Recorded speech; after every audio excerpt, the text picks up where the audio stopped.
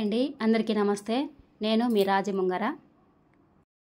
ఈ రోజుటికి మా పెళ్ళై 30 సంవత్సరాలు పూర్తయింది. ఈ సందర్భంగా సెలబ్రేషన్ చేస్తున్నారు. ఈ సెలబ్రేషన్స్ నాకైతే ఇష్టం ఉండదు. మా పిల్లలు బలవంతంగా కేక్ కటింగ్ చేస్తున్నారు నా చేత. ఇంతకీ ఈ వీడియో ఎందుకు చేశాను అని అంటే, ఈ వీడియో ద్వారా మీకు ఒక మెసేజ్ ఇవ్వాలనుకుంటున్నాను నేను.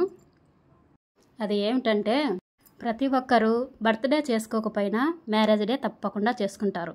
కాబట్టి ఈ మ్యారేజ్ డే ఎలా సెలబ్రేషన్ చేసుకోవాలి అనే దాని గురించి నేను ఇప్పుడు చెప్తాను.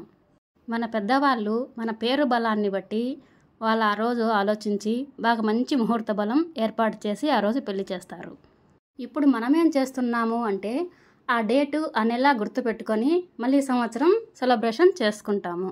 మనం చేస్తున్నది కరెక్టే అని మనం అనుకుంటాం, కానీ అక్కడ తప్పు జరిగిపోతూ ఉంది. అది ఎలా అంటే, నా గురించే ఒక ఉదాహరణ చెప్తాను, వినండి. మా పెళ్ళయింది మే 20వ తేదీ.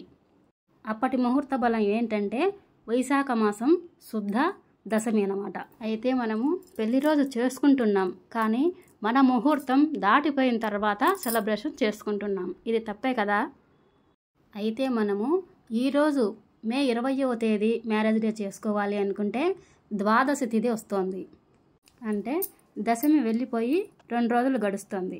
అంటే మన ముహూర్త బలం దాటిపోయినట్లే కదా. మన దాంపత్య బలాన్ని మనం తగ్గించుకుంటున్నాం. కనుక నేను చెప్పేది ఏంటంటే, మనకు పెళ్లి పత్రికలో ఏ ముహూర్తాన్ని అయితే సెట్ చేశారో ఆ ముహూర్తంలోనే మళ్ళీ సంవత్సరం సెలబ్రేషన్ చేసుకోవాలి.